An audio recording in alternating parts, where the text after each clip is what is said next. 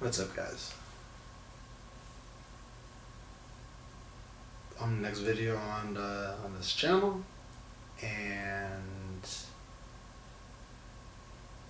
still wearing green. So continuing with the wicked trend of videos. Since I did coming of age through line on Wicked yesterday, which is true. Wicked does, especially part one, is very much a coming of age story. But Wicked is also another kind of story too. Because beneath the coming of age story and the songs and the colors and the friendship and all that jazz is actually a very,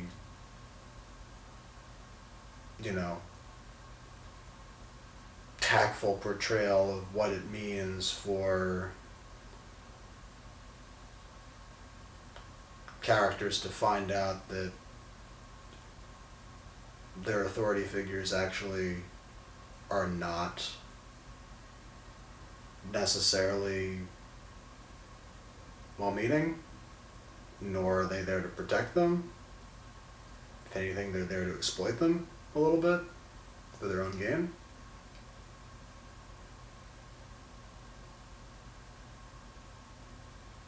But Wicked, at least part one, is ultimately hopeful. Not in terms of,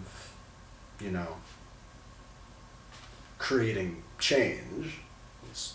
I'm not going to go into like what part two is going to do there. So I'll give it a green in terms of being hopeful. Because it is... Actually, no, screw that. I'm giving it a blue. Because on some level, what Wicked Part 1 is doing is more important than maybe showcasing aspects of societal change. It is showing what you as an individual and a person in your own strength can do with regards to your own self-actualization, even in the face of corruption and deeply unsettling times.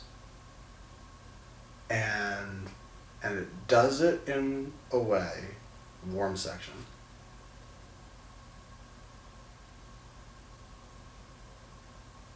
in some level, like maybe you could say it's on the nose because like the animals serve as a grand allegory for like the wide variety of disenfranchisement, when in real life, problems are more nuanced than that, and like some of the like animal messaging is a little bit on the nose.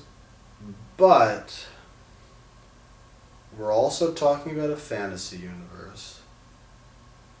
We're talking about...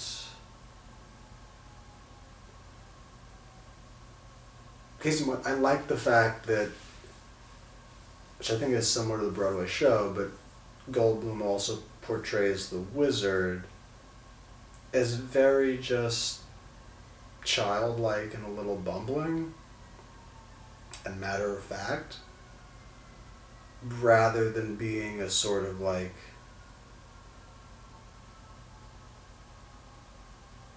overtly evil or power hungry figure. And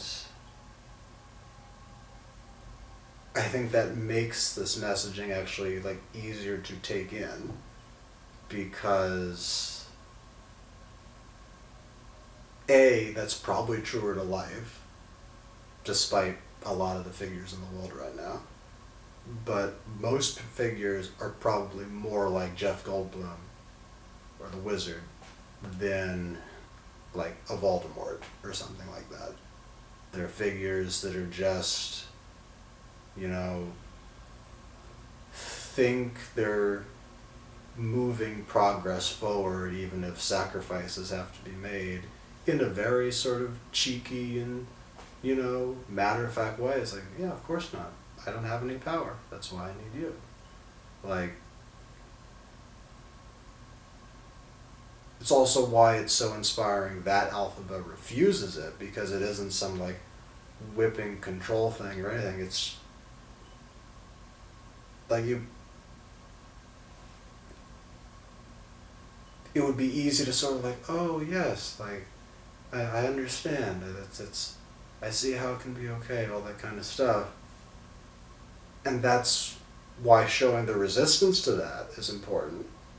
Because that's probably what someone out there in the world might face. Of just a soft push to do the wrong thing.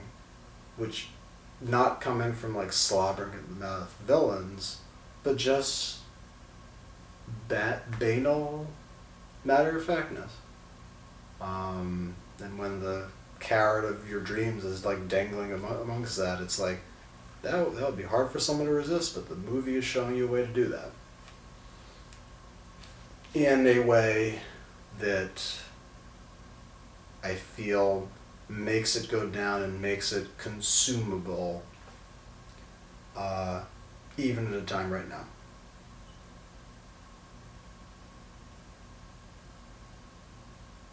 So in addition to being a very good metaphor of the coming-of-age narrative, I think this is the other reason why Wicked has touched so many viewers. Because it isn't trying to hide the ugly side of civilization, but is showing it in a way that is just far enough away that makes it feel somehow less scary, but also somehow maybe more true to how these bad actors may really be in your life. And also showing you an inspiring way to metaphorically break out of that. And both in terms of that being therapeutic, but also that being like realistic in terms of something that just you can do in your own individuality. God damn, does that help.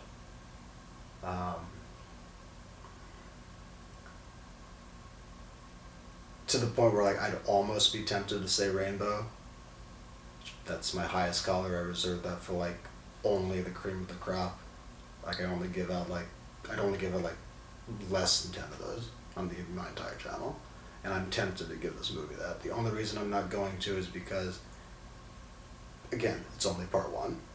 Like, you're not seeing the necessary steps to have to happen after the initial break, which sometimes are even more difficult. And the fact that the life you choose once you make that break might be really challenging.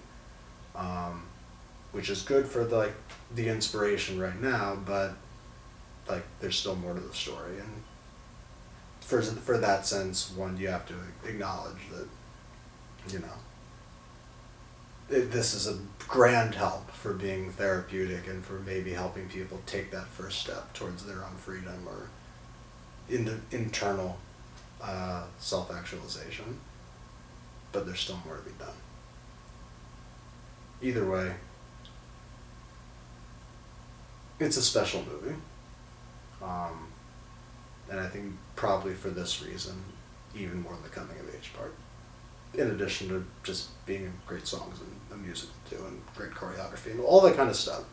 Is it going to win Best Picture? No, it is not. Honora or Brutalist, which I still have to see, or maybe Complete Unknown or Conclave are probably going to win Best Picture. Wicked probably isn't going to. But I think when people think back to 2024 in film, the movie that they will think of first will be this one. So yeah. More videos to come. We'll see if I can get any others out before the Oscars, but I'll still be doing more beyond that. I had to do Wicked. Green all the way. Stay safe out there. And keep the hope where you can find it. In film and otherwise. See you around. Thanks for watching.